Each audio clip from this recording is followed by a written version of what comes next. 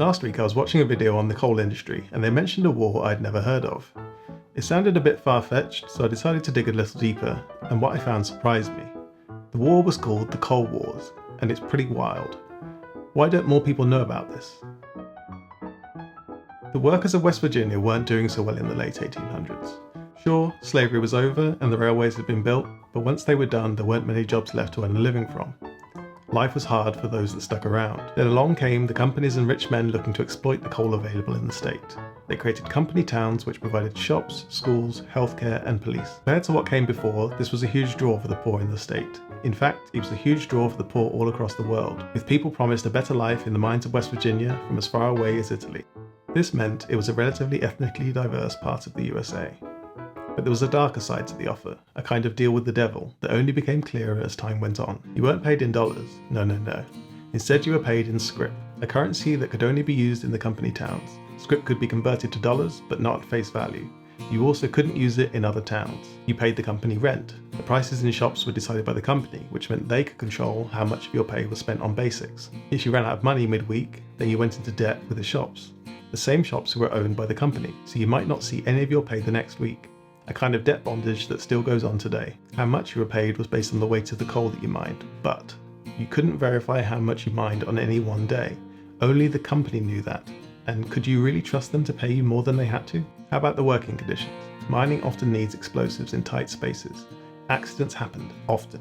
For instance, the Monongah mining disaster in 1907 that killed 362 people.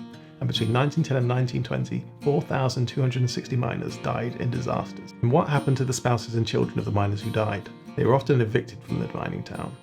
If they were desperate enough to end up in a mining town, then they probably had few options to survive outside of one. So what's a miner to do when the dream of a better life turns into a living nightmare? Mining unions had formed in other parts of the US, but hadn't taken hold in West Virginia yet. Why not?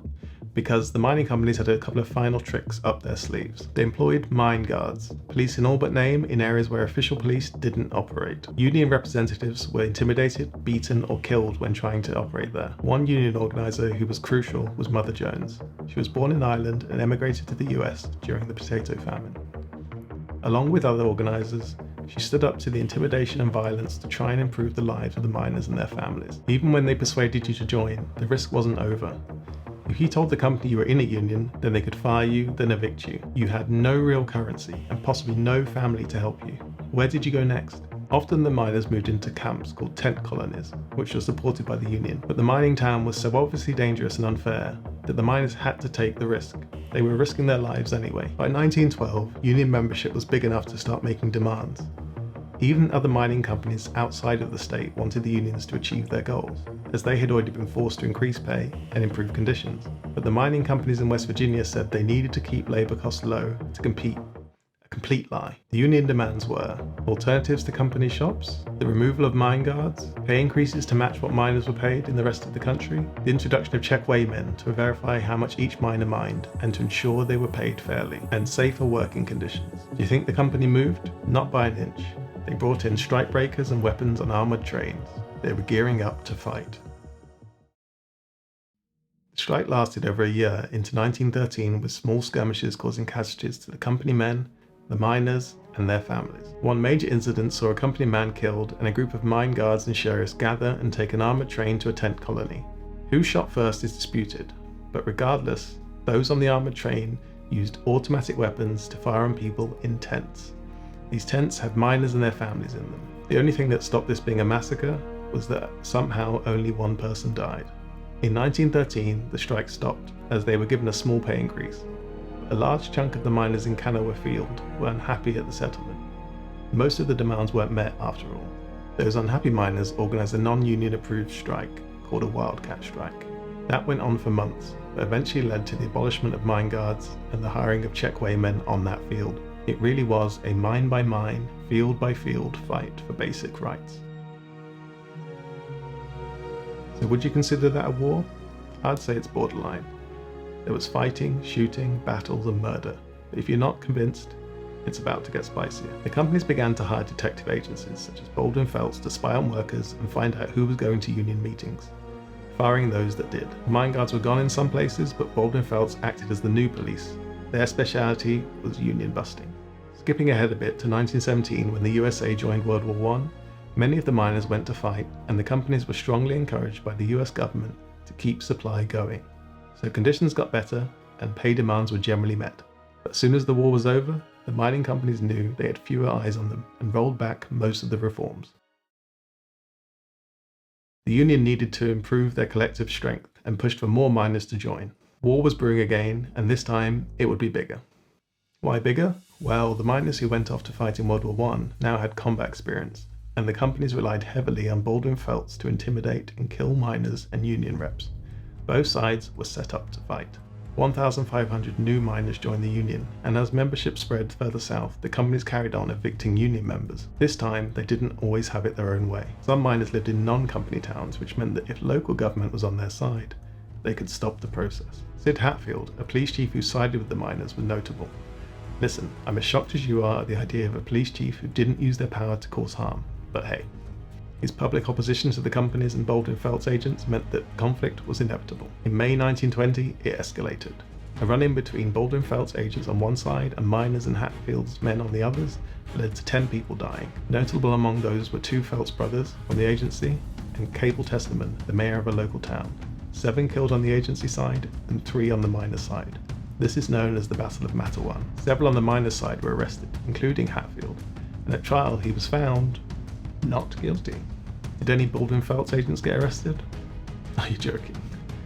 Baldwin Felts made sure Hatfield was arrested again. On his way to the courthouse, he was shot dead by Baldwin Felts agents.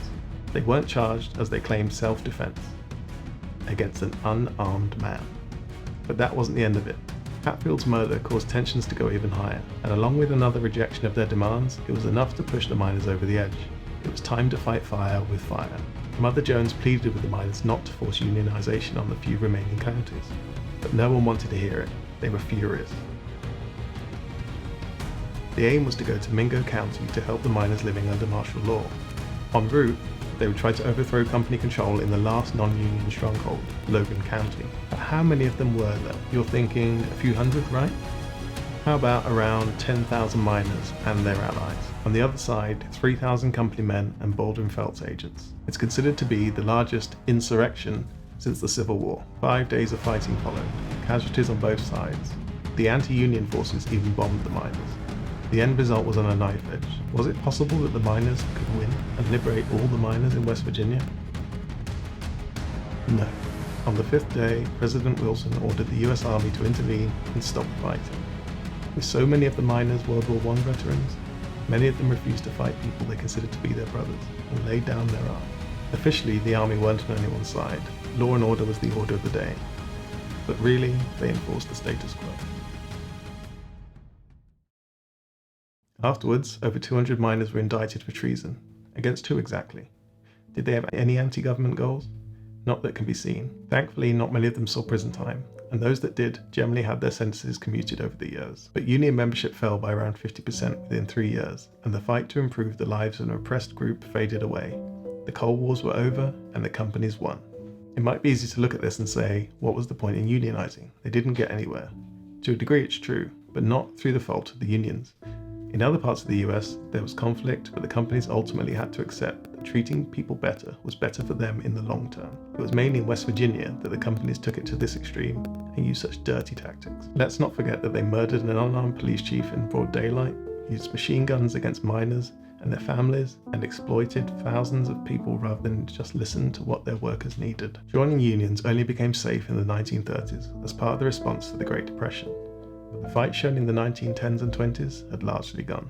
Even though mining is still an incredibly dangerous job, today's miners are likely to be on the mining company's side. These are companies that do their best to stop the state moving on from reliance on coal under the disguise of protecting jobs. Jobs that have been disappearing for decades. Not through a desire to help the environment, no. That's barely happening now. All in the name of increasing profit for the coal industry. But there is hope. In 2018, wildcat strikes by teachers used the inspiration of the mining strikes from 1913 to fight for what they believed in. They won. Strong, you load 16 tons. What do you get? Another day older and deeper in debt. St. Peter, don't you call me, 'cause I can't go. I owe my soul to the company store.